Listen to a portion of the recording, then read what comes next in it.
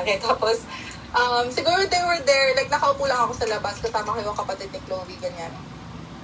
Tapos, they were there for like about an hour and a half. Tapos pagkalabas nila, hindi ko napansin if like si Aerol ba yung unang lumabas or what, like anong setup nila. Kasi like nakatalikod ako sa pintuan. Tapos labas nila, like naghihintay ata siya na like magbabay kami ni Charles, which is yung kapatid nga ni Chloe, ganyan. Pero nung hindi nga kami nagbabay na una, tapos parang like pumikilos na sila, like nasa labas sila ng pintuan. Siya na yun nauna, sabi niya, Biag, manan siya, sabi niya, bye, ganyan, manan siya. Okay. Sabi ko, tapos yung mga kaibigan, like nakatingin na naman, like nakangiti, ganyan. So like, parang ako, Pero parang kinikilig ka naman ngayon. hindi, Wala. wala, promise.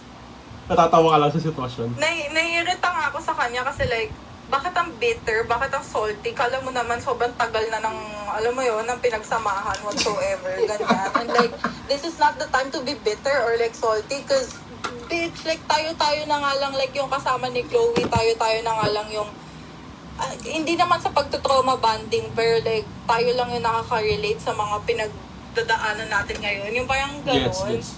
So like, hindi mo kaya maging civil, hindi mo kayang pagpaliban muna yung naramdaman mo sa akin para maging hindi awkward or whatsoever, ganyan.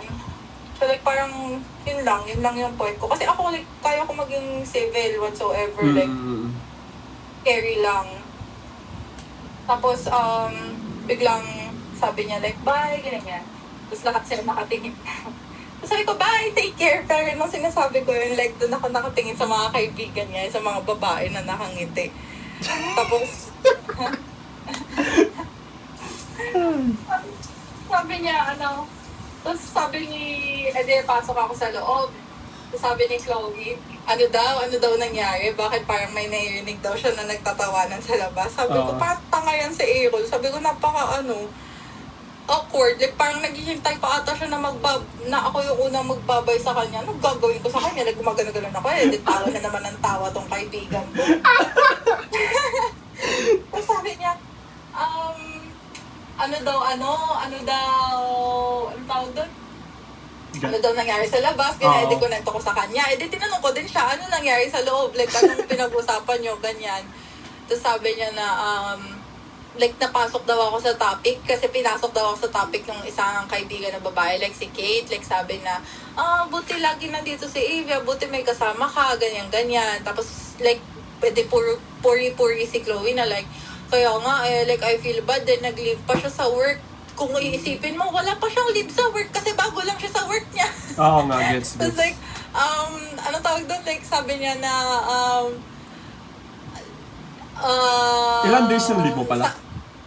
Ilan days ka nag-leave? Isa lang, kahapon lang talaga. Yung pumunta ka, okay, gets. Nung pumunta ako, like, basta yun yan. Tapos like, sabi ni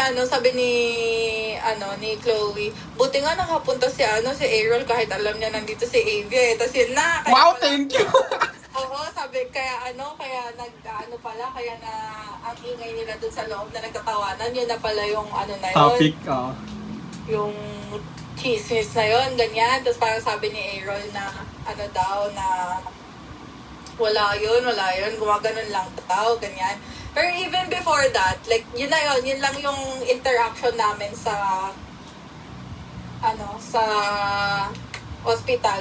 Even before nun, last month kasi, tama ba last month? I can't even remember. Last month kasi, nagbagyo sila. Sila magkakaibigan. Oo, silang magkakaibigan. Tapos like, obviously kasama si JB, pati si Chloe, ganyan. Tapos nagbagyo sila. After, nung nasa Baguio sila, like, nag-open up daw si Aerol kay JB, tsaka kay Chloe, na like, wala like, di nag-work, ganyan. Nasa boy naman.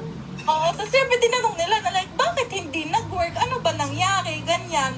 Tapos parang sabi na, nagtatampo daw siya sa akin kasi like, yun nga, like, hindi ko daw Ay, nalala ko yung huling kwento mo nun, di ba? Parang niyaya ka niya kasama yung mga friends niya, parang, Oo, yun yung sinabi niya.